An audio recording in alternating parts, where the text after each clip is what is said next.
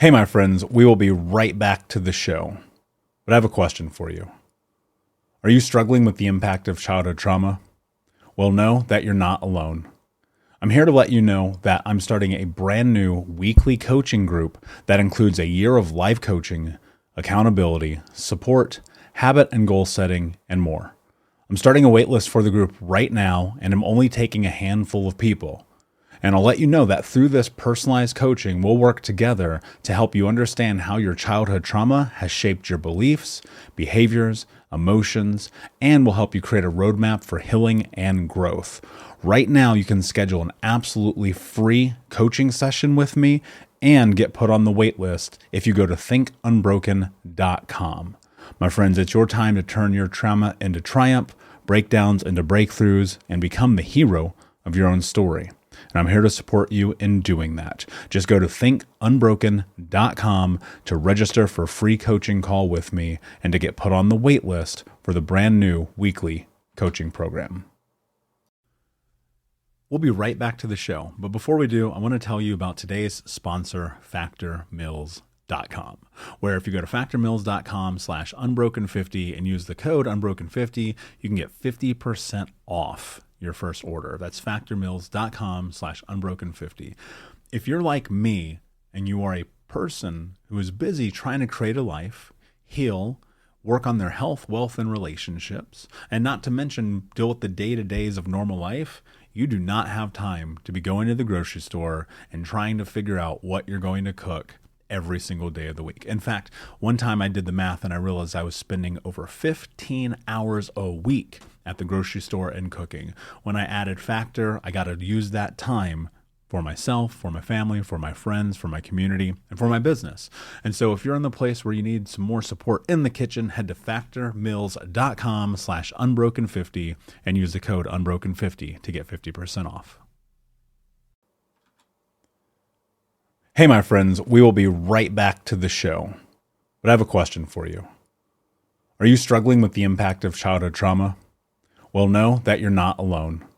I'm here to let you know that I'm starting a brand new weekly coaching group that includes a year of life coaching, accountability, support, habit and goal setting, and more. I'm starting a waitlist for the group right now, and I'm only taking a handful of people. And I'll let you know that through this personalized coaching, we'll work together to help you understand how your childhood trauma has shaped your beliefs, behaviors, emotions, and will help you create a roadmap for healing and growth. Right now, you can schedule an absolutely free coaching session with me and get put on the wait list if you go to thinkunbroken.com. My friends, it's your time to turn your trauma into triumph, breakdowns into breakthroughs, and become the hero of your own story. And I'm here to support you in doing that. Just go to thinkunbroken.com to register for a free coaching call with me and to get put on the wait list for the brand new weekly coaching program. Hey, my friends, we will be right back to the show. But I have a question for you. Are you struggling with the impact of childhood trauma? Well, know that you're not alone. I'm here to let you know that I'm starting a brand new weekly coaching group that includes a year of life coaching, accountability, support, habit and goal setting, and more. I'm starting a waitlist for the group right now, and I'm only taking a handful of people. And I'll let you know that through this personalized coaching, we'll work together to help you understand how your childhood trauma has shaped your beliefs, behaviors, emotions, and will help you create a roadmap for healing and growth. Right now, you can schedule an absolutely free coaching session with me and get put on the wait list if you go to thinkunbroken.com. My friends, it's your time to turn your trauma into triumph, breakdowns into breakthroughs, and become the hero of your own story. And I'm here to support you in doing that. Just go to thinkunbroken.com to register for a free coaching call with me and to get put on the wait list for the brand new weekly coaching program. Hey, what's up, Unbroken Nation? Hope that you're doing well wherever you are in the world today. I'm very excited to be back with you. Another episode with my friend and guest, Kelly Campbell, who is a conscious leadership coach. Kelly, my friend, how are you today? What is happening in your world? I am doing so well, mostly because I'm talking with you. I always love having conversations with you. We always get real deep, real fast, and that's the way it should be. Truth. I'm very excited to be here with you. That's for sure. And the honor is all mine, I assure you. For those who do not know you, tell us a little bit about your backstory, your journey, and how you got to where you are today. Yeah. So, whew, I owned a digital marketing agency for 14 years. I will say that it was a little bit of, mm, some days it was a little bit of a nightmare. Some days it felt like it was the thing that was leading to like a spiritual awakening. I didn't know that at the time, but it was just really kind of tumultuous. And after I sold the firm in 2016, I was like, great, what am I going to do now? I can't talk to any of my clients. I can't start another agency. I can't come onto another agency in a partnership capacity. So I guess I'll try consulting. And I've really liked consulting, but um, m- you know what? I take that back. I did I like consulting? Consulting was fine. The money was great, but that didn't feed my soul. And so I started having deeper conversations with some of my clients, and we would talk about the business, but then they would ask questions like, hey, I had this, interaction with an employee or client, and then I ended up like bringing that kind of home to my spouse or my kids, and I didn't like how it showed up. Can we talk about that? Like, is that fair game in our work together? And I was like, yeah. And the more that I had those kinds of conversations, something lit on fire inside of me. And I was like, oh, this is what I'm supposed to be doing. So that's how I kind of transitioned into coaching. That's all I do now is a hybrid of coaching, 50-50 coaching and agency growth consulting specifically for creative and technology leaders.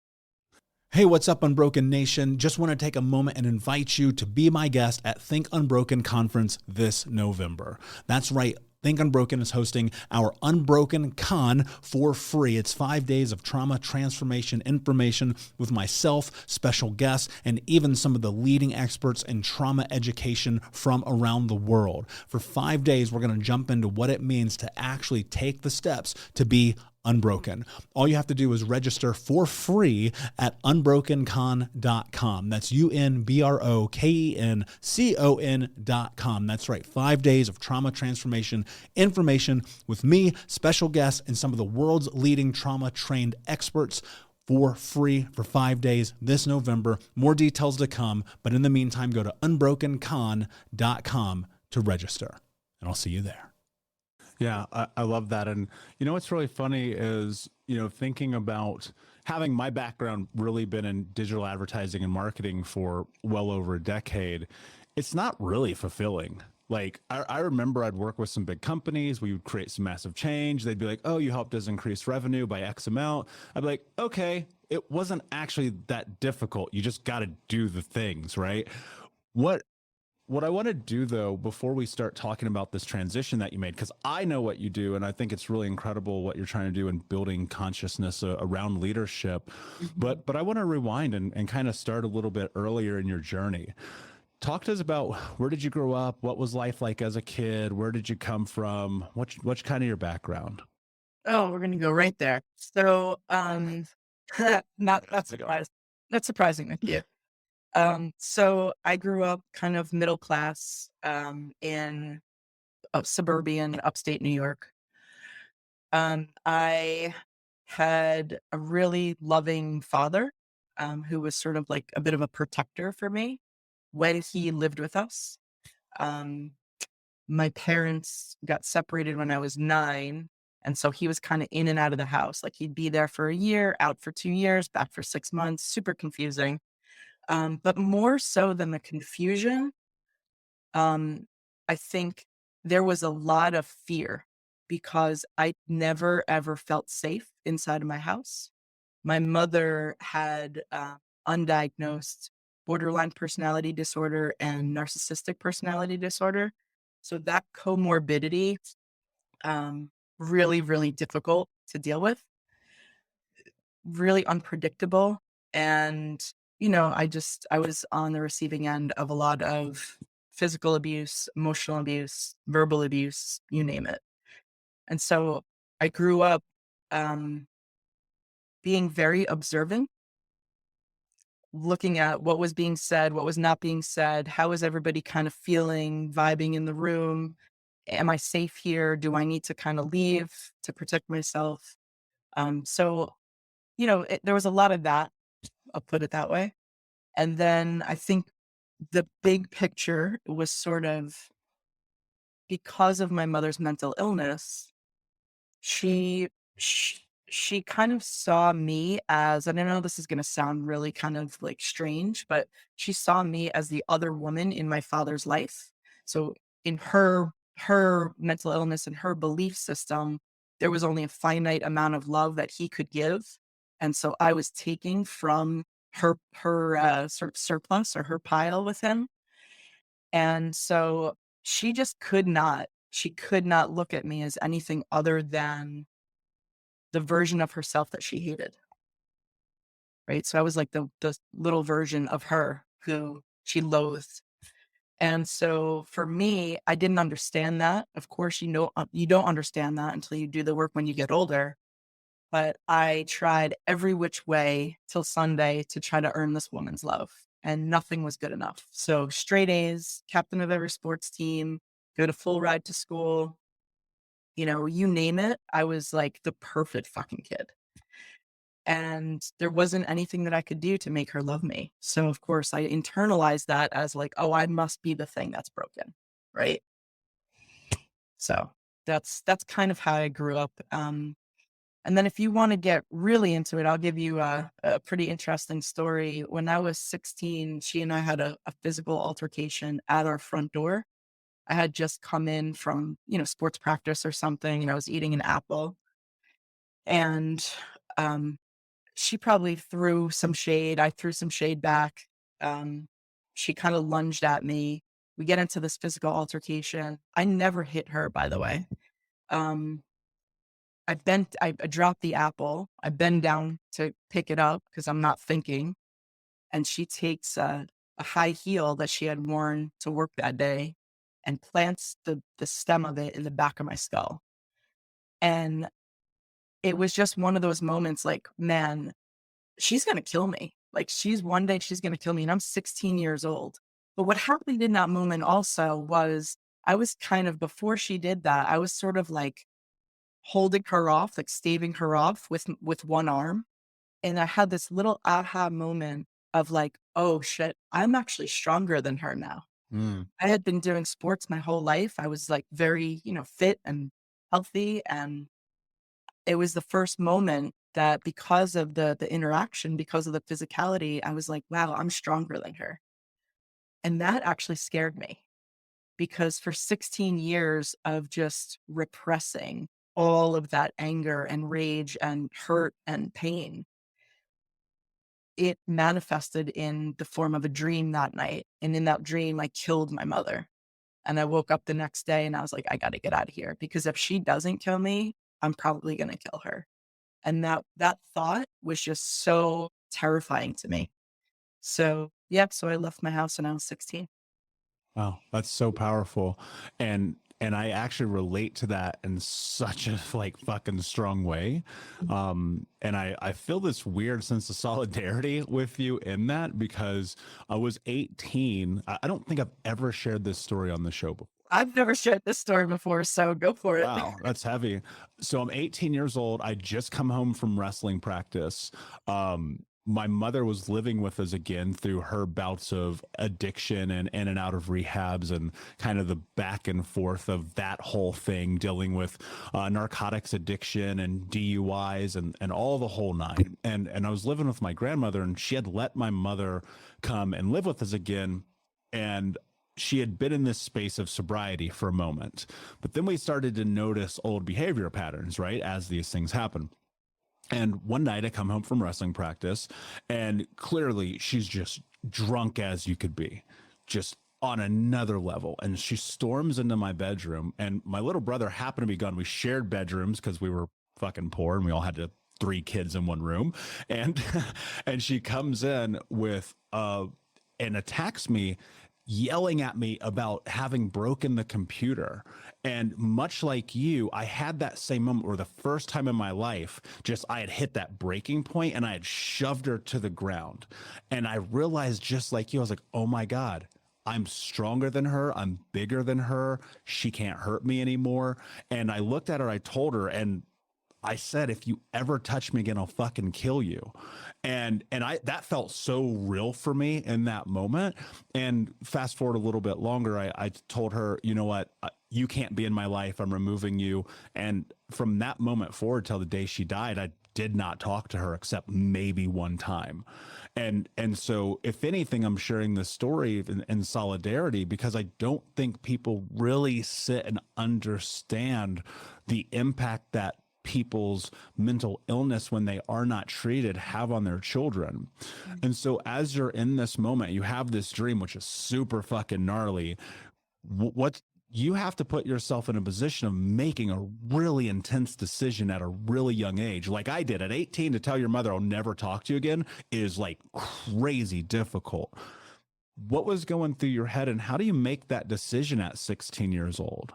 Like, was it really life and death? Was it like, fuck it? Where did you go? What did you do? What was happening? Yeah. So it didn't feel like I had an option, to be totally honest. It felt like, I had perfect attendance in school up until that day. And when she left for work and I stayed home from school and I was like, man, I really hope that the school doesn't call.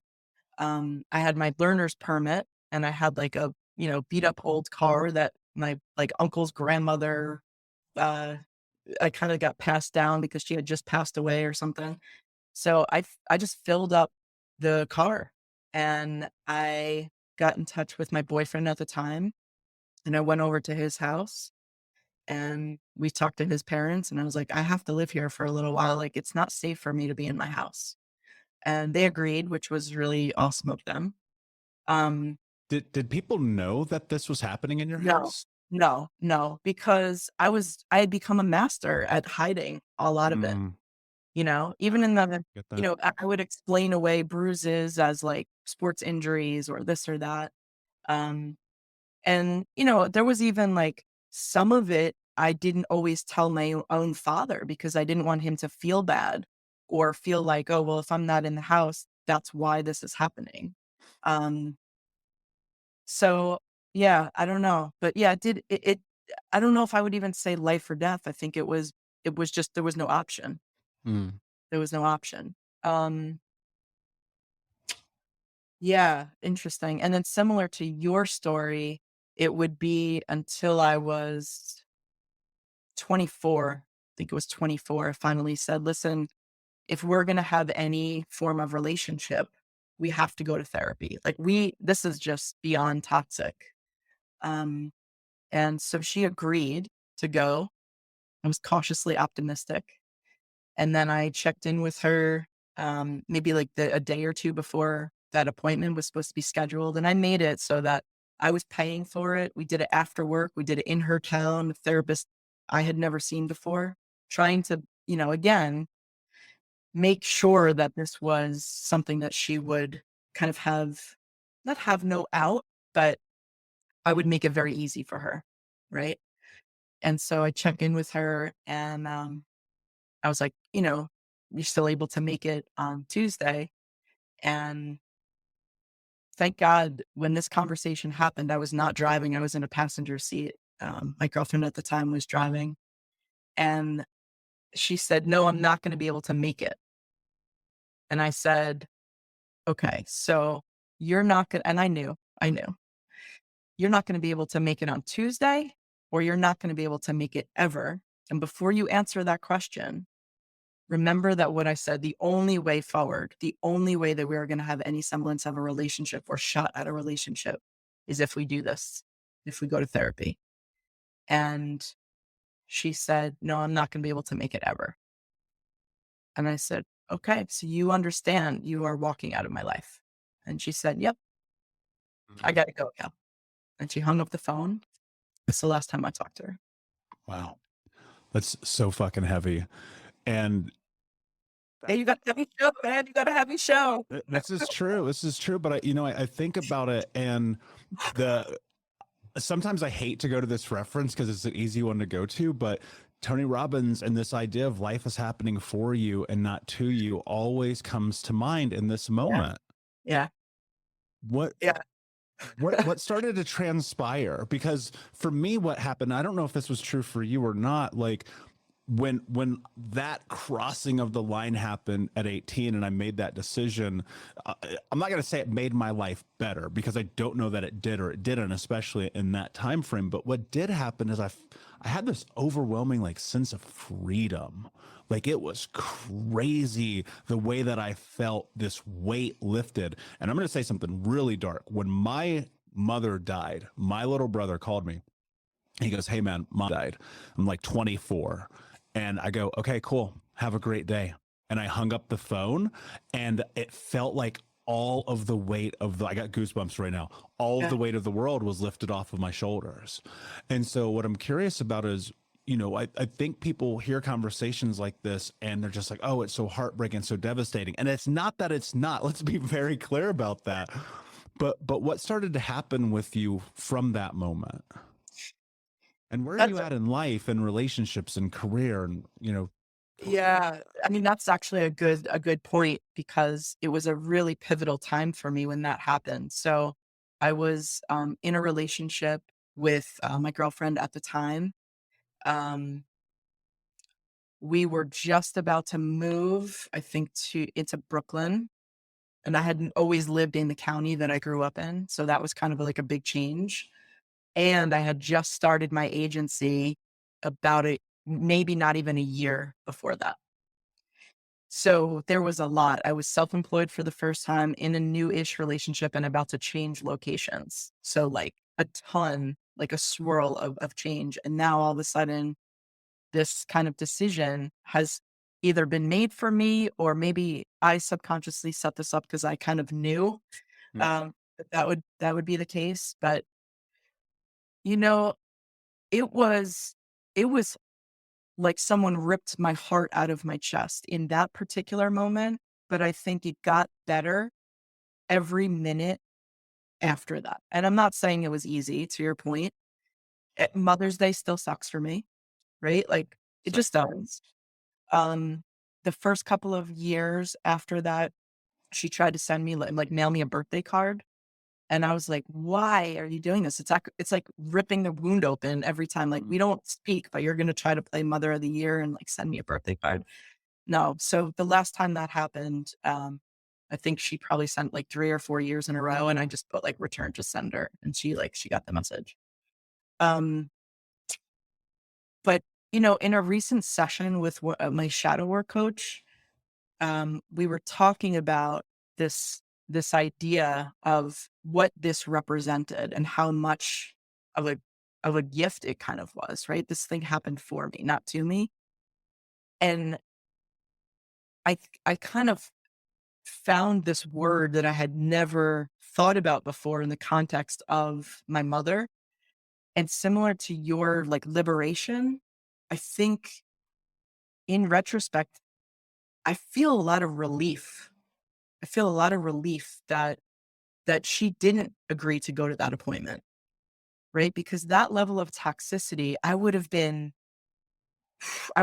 in it for the last 16 years, 17 years of my life.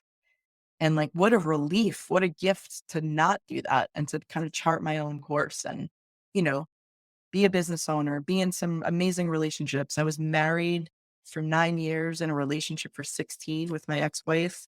I mean, friends that I've made, being part of the LGBTQ community, there are just so many beautiful things that where my life has kind of moved and navigated, and I don't think that I would be as present to those things or be as grateful for those things if I was still in that sort of toxic relationship with her, if that makes sense.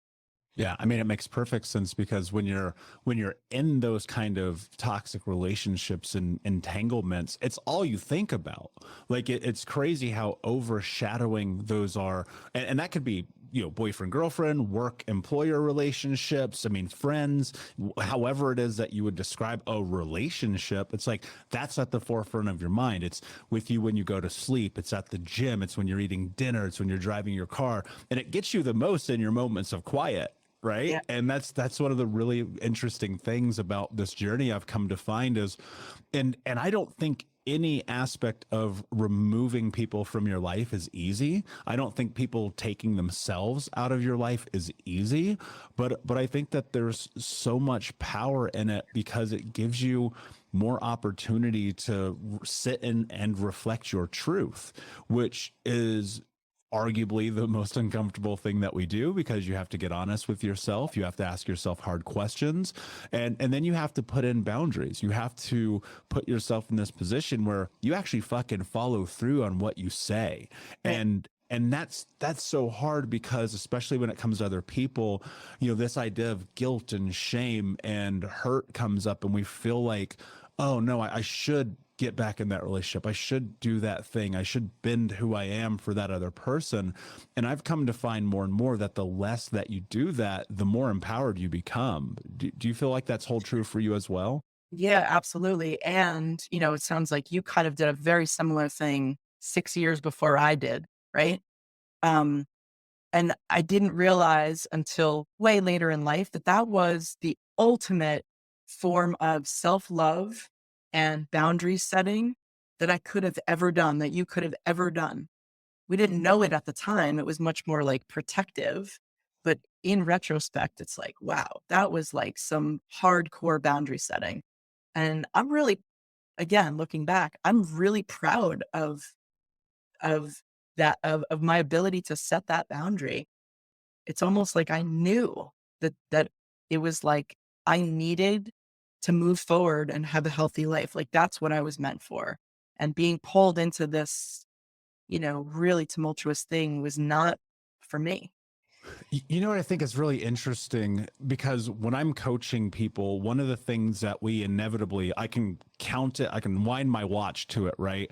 There's going to be a conversation about boundaries around our toxic parents. Well, and especially in my world, I work with child abuse survivors. And I've often thought to myself, and I'd love to know your thoughts on this and see what you think. Yeah. But I've often thought to myself, if I hadn't have made that decision at 18 as a kid when I had not yet been influenced by the world in such a way, and I hadn't had all these thoughts about what it means to be a grown-up, quote unquote, I wonder if I would have done it. Do you ever think about that? Well, I was 24. Yeah, but you were 16 when you left. Yeah, I was 16 when I left. Um, would I have done it? I would have to say probably yes. Probably yes, especially if I had done any kind of like, self-development, personal development, spiritual work, like any of that stuff. I would see that as like if we're just like fast forwarding this whole situation and pretending that, this was just a couple of years ago. Yeah, for sure. I definitely would have done it. And I would have recognized it as something that would be very difficult, but that I would need to do, in order to live a healthy life. Yeah. Yeah, that's interesting. I don't know. It's a hyperbole, obviously. Yeah. I mean, Yeah. there's no real way to know an answer to a question like that. But Yeah. it's something that I ponder because one of the number one things that comes to pass in coaching, whether it's in my group programs or one-on-one, is eventually we have that conversation around boundaries with parents. And so many people are meshed and groomed, I should say, not groomed into being in these toxic relationships that did you feel like so setting these boundaries, knowing and trusting yourself? I think there's something really interesting about the people who do that young. I know so many of them become entrepreneurial because what happens is you have to like rely on yourself. Do you think you I want to go in a different direction with this at the moment because it's something I'm always so curious about. Yeah. Like, do you think that you were born an entrepreneur? Did you think you developed into an entrepreneur? Do you think that the trauma and the chaos made you have to become an entrepreneur? Because I'm gonna tell you right now, without child abuse, I would not be an entrepreneur. I know it's a crazy thing to say, but it's true. So the really interesting thing is that you didn't know this, but I mentioned before we started recording about this book that I'm writing, and it's called Heal to Lead. And so the whole contention that I have is that healing childhood trauma, integrating our trauma should be the most important fundamental for effective leadership or high conscious leadership. And one of the things that I talk about in the chapter, I think it's actually chapter 1, why we become leaders. My contention is that most, not most, I'll say a portion of people, probably a good portion of people who become leaders, meaning create their entrepreneurial path for themselves. I think it is born as from a trauma response. I know for sure that I can tell you, and it wasn't until probably just maybe 4 or 5 years ago that I kind of even figured this out. I know now that I created a company because I needed to feel valued and worthy. And I needed to feel, I needed kind of to feel valued for myself. I wanted to prove my worth to the world, to clients, to, it's like if my own mother doesn't want me, if my own mother can't see the value and worth and everything inside of me, then I'm going to create a world in which clients and employees and those people in my world do value me. So my quick answer to your question is I do believe that trauma is the sort of foundation for entrepreneurship. Not for everyone, but for a lot of people. If you look at ACEs, right? Mm-hmm. What is it? 70% of us have experienced some kind of adverse childhood experience, right? Yeah, at least one.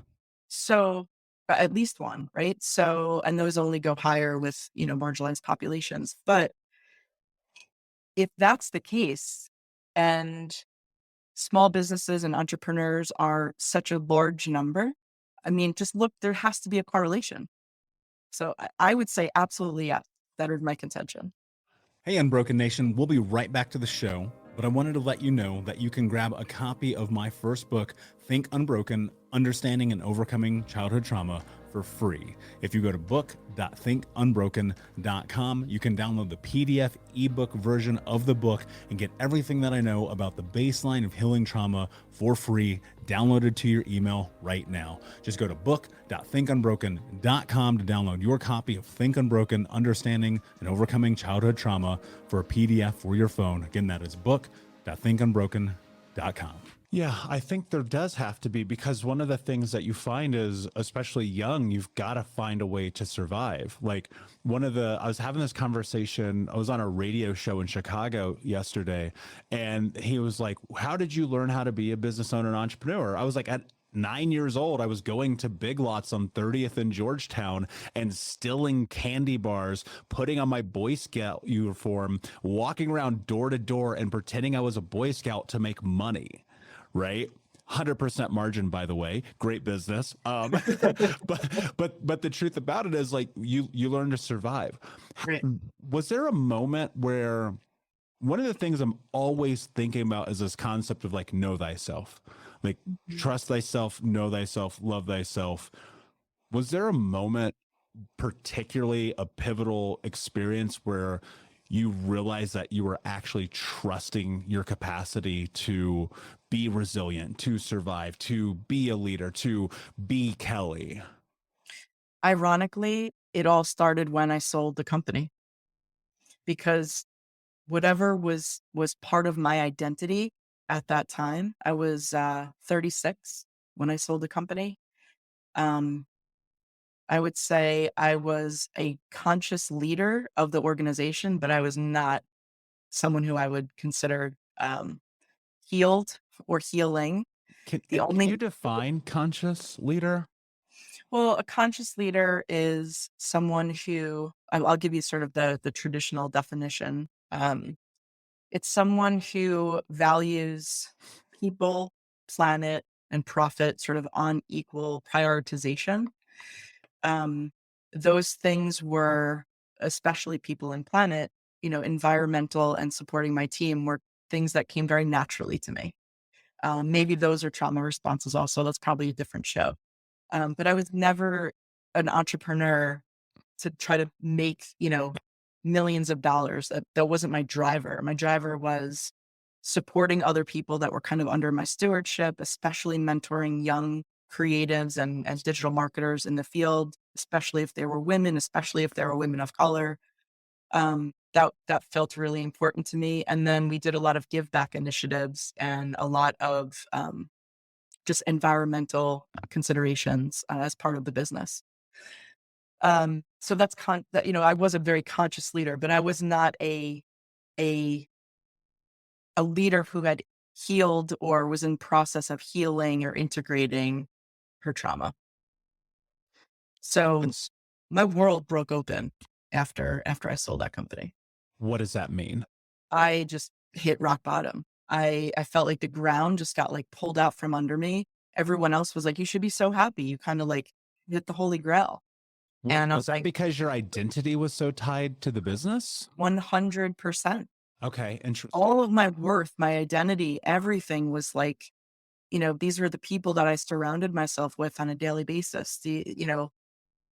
I mean, I didn't know how to answer the question, who are you, without responding, I own a digital marketing agency, right? Like it was so entangled or entwined in that CEO title, because that gave me my worth. It was like, well, if I own a business, especially for this amount of time, and, I'm responsible for these people, then that means that I'm valuable. That means that I'm worthy. And so when that was gone, well, then who am I? Does my worth now change because of that? Um, yeah, it was a scary moment. It was a really scary moment. And it took me a little while. I would say legitimately like 6 months for me to kind of crawl out of that. It felt very kind of apocalyptic, you know? Yeah, I mean that's a strong word. I get that. I relate to that so much because my first legal entrepreneur endeavor, right? One I could publicly talk about was being a professional photographer and being award winning and traveling the country and the world and being on magazines and all these things. And when I walked away from it because I had to for my own mental health to go and seek what ultimately would become what my life is now. It was like I just had no fucking idea who I was. Yeah. I was constantly like, what am I doing? Like I'm in these therapies and I'm going to fucking AA and NA and I'm having these conversations, but I'm so clueless. Yeah. Like whoever it is that I thought I was so tied into party guy and entrepreneur guy and like none of what I am today. But in that, what I think was really interesting that happened is I had to ask myself some really difficult questions about who it is that I was, what I wanted, and what I was willing to do to have it. Like folks who listen to the show know I've probably said it ad nauseum, but the question that changed my life forever is what are you willing to do to have the life that you want to have? And my answer ultimately was no excuses, just results. That leads me to today. So as you're in this apocalypse, which I fucking love that you use that word because I totally resonate. As you're in the apocalypse of your own making, Yeah. what is starting to transpire in your mindset, in your community, in your journey of starting to become the Kelly that you are today? Yeah. I had to just get really, really honest with myself. Um, I had never, I was one of those people who would like roll my eyes whenever I heard any kind of like spiritual language or, even religion, to be honest with you. Um, I I had to wonder and really ask myself if I still wanted to be in the marriage that I was in. Um, I had to ask myself why I was so deeply, deeply miserable. I was so unhappy. I thought that, selling the agency and, not having that stress of carrying all of these people's salaries, and I thought that would make me happy. I don't know. Where was my mindset? My mindset was all over the place. I was in like a pretty dark place at the time. I had never been depressed. I had never, I'd been in therapy for a long time, since 16, but I've never really thought about myself as having depression. And maybe it wasn't depression, I don't know, but it was just such a dark place. I felt like I ran out of options. I felt like I didn't know who I was. Everything in my life felt like it was imploding, and I didn't know actually what to do. And so uh it was kind of weird. I was cleaning out the office one day, and this woman and a friend of mine had walked in, and they were opening up like a metaphysical shop across the street from my office. And so the woman said something like, "Oh, well, if you just sold your company and you're a designer and all of this, like, we're gonna need help. Would you do our branding and our website and collateral?" And I was like, "Well, what do you do there?" And she's like, "Oh, we do it's metaphysical, so like spirituality." And I was like, of course, this is gonna be like the thing that I have to do next. Like, I don't want to do this. And so I did it just because I had nothing else to do. And it opened my whole entire world. It was like these things that I had railed against for so long that I didn't really understand because I wasn't curious. I wasn't open minded to them. Um, I started attending some of the workshops and classes and reading books. And then that led me to podcasts and you name it. I just broke open my whole world. And ultimately, I ended up getting divorced, moving out. I just bought a house that I'm in now, about 7 months ago. So, yeah, the last 5 years of my life have been a complete 180. I am, Yeah. I'm still the same person, but I am definitely a different person, if that makes sense. Yeah, of course, of course. Well, we're the sum total of all of our experiences leading up to this moment. So to discount your experiences of the past informing who you are, I think is irresponsible. So, in my opinion, anyway, it's Yeah. really funny. We often make fun of the things that we don't understand. We often ignore the things we don't. We balk at the things that we don't understand. I remember I was like 24, 25, right before my rock bottom, which I think is actually really timely. Um, I remember Tony Robbins had popped up on an internet show. This was before they were really called podcasts, right? Just somebody Yeah. had a fucking internet show. And I was listening to him for about 6 seconds and I was like, fuck this guy. He doesn't know anything about life, about struggle. He's sitting here like giving you the keys to the castle, right? And I'm like, fuck this guy. I got to tell him that in person, which I thought was really fun. But you look at that and it's like there's so much power if you're willing to just shut up and pay attention to what the universe is giving you. And I think we fight that so often, right? We fight leaving the relationship. We fight building the business. We fight stepping into our self-actualized self. And in that, I think it's detrimental because it leads you down this path where you're constantly stuck in this narrative that you've created that's built in the foundation of chaos. Like, again, I'm going back to you talking about you built your own apocalypse because it's so true. What do you think in that time period? You said the last 5 years just been like boom, right? This explosion. What do you think you've learned about yourself that, and I want to ask you in a very specific way, what do you think you've learned about yourself that you already knew was there, but you had to face the truth of? Wow, that's a really good question.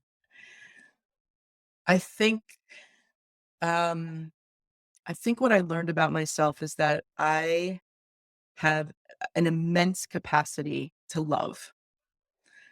And I always knew that, but I felt like I had to wear a mask or I had to play a certain part or maybe I thought that I had to earn love from other people like the way that I needed to earn it from my mother. It never felt pure, but there was something inside of me that was like, no, like I knew that I was a really kind, loving, generous human, but I never felt comfortable showing that part of me. owning a business in the like kind of creative and technology industry, I had to present a little bit more masculine. I had to push emotions down. I couldn't show who I actually was. I couldn't be vulnerable. Right now, all of these things, 5, 10 years later, are like the hallmarks of effective leadership, right? Like be empathetic, show your emotion, be vulnerable, be compassionate. Like those are sort of juxtaposed ideas, you know? Um, so yeah, I guess that's what I would say. Like this has always been me. And I think I feel more myself than I ever have before because I tell clients that I love them at the end of sessions sometimes. And that's not weird, but that would be weird for the version of me that was 8 years ago, 10 years ago. They're like, you can't do that. That's not professional, right? What are they going to think of you?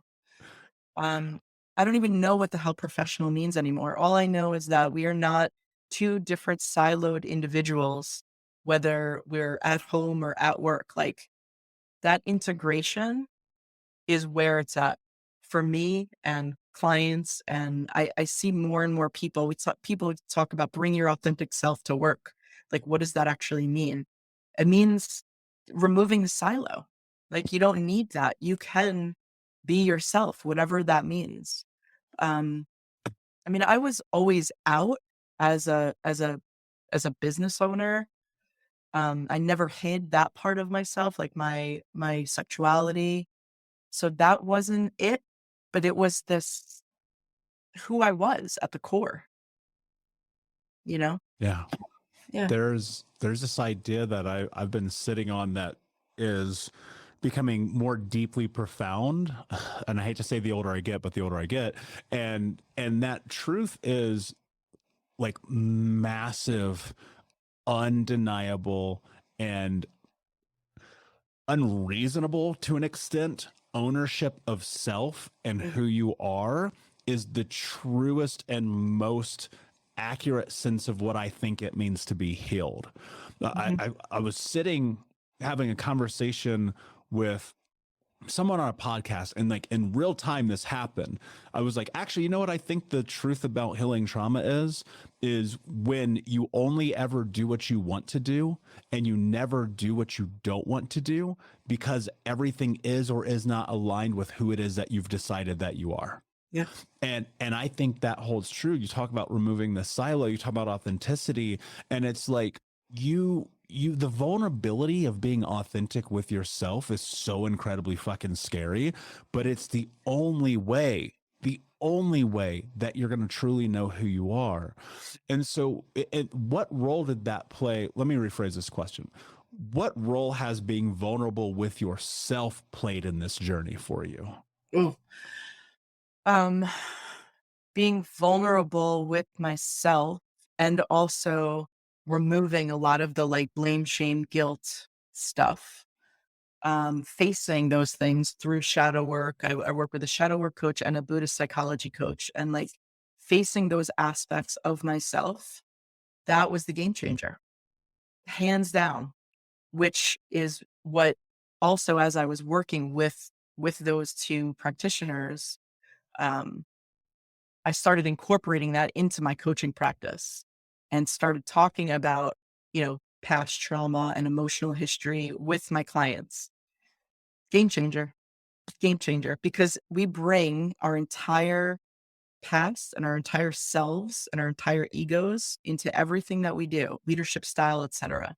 So if we're not talking about those things, if we're not getting vulnerable, if we're not looking up, kind of unpacking some of that stuff that we've been distancing ourselves from for such a long time, consciously or subconsciously, if we don't do that, we cannot ever become the people who are the leaders who we want to be, or the people, just humans that we want to be. So yeah, it was a game changer. Uh, that self vulnerability, 100%. Yeah. Yeah. And I would guess that probably what you've created now would not be possible without having those moments. Not not even a little bit. None of my world would be possible without, all the things that have been um yeah, would you say done for me over the course of time. Yeah.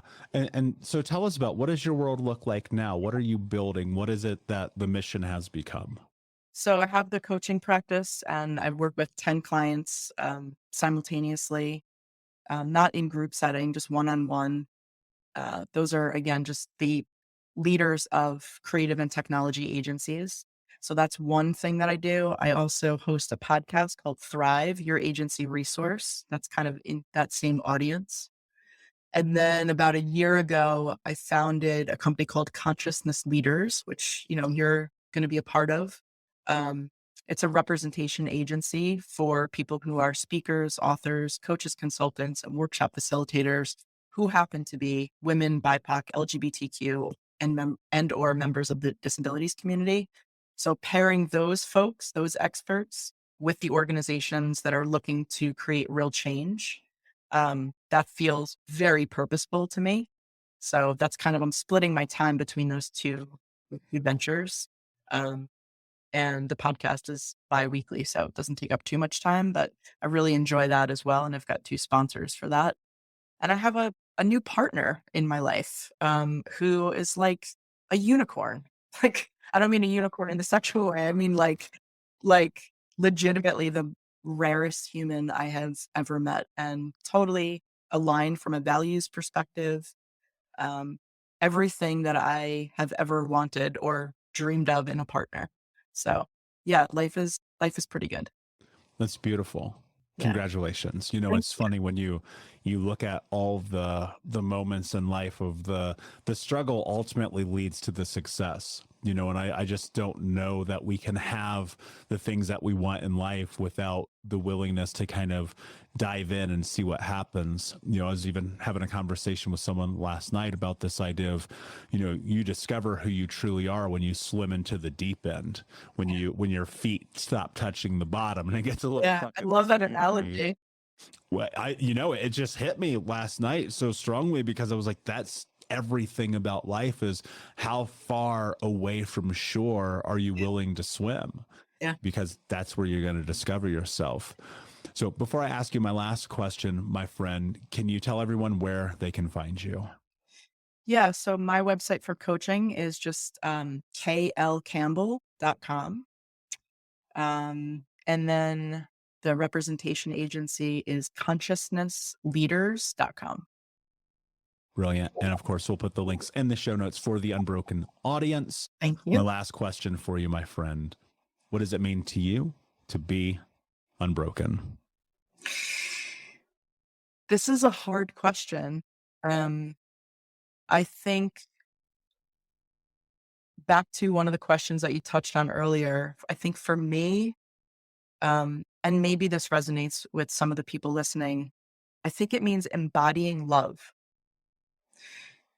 The reason why I say that is because I think, no one is broken. We kind of know that already. We are all whole entities. We are the subject matter experts of our own lives. And I think that a lot of the trauma that we experience forces us into sort of a scarcity or fear-based mindset. So if love is the opposite of fear, then I think embodying love is kind of what it means to me to be unbroken. Wow, that's very beautifully said. Thank you so much for being here, my friend. Unbroken Nation, thank you so much for listening. Please like, subscribe, comment, share, tell a friend. And until next time, my friends, be unbroken. I'll see ya. We'll be right back to the show, my friend, but I wanted to let you know about our brand new podcast community for Think Unbroken podcast. I know that for so many trauma survivors like myself, for the longest time, I felt alone, like nobody got it, nobody understood, and that I was just going to have to figure this out on my own. But that's not true. And the reason why we created our brand new Think Unbroken Academy podcast community is so that we can bring all the members of the Unbroken Nation together in a place where we can can learn, grow, heal, change, and transform our trauma into triumph. I would love to have you come and be a part of the brand new community. Just check out thinkunbrokenacademy.com or click the link in the podcast description. And I cannot wait to see you there, my friend. Again, just head over to thinkunbrokenacademy.com. And until then, be unbroken. Thank you so much for listening to Think Unbroken.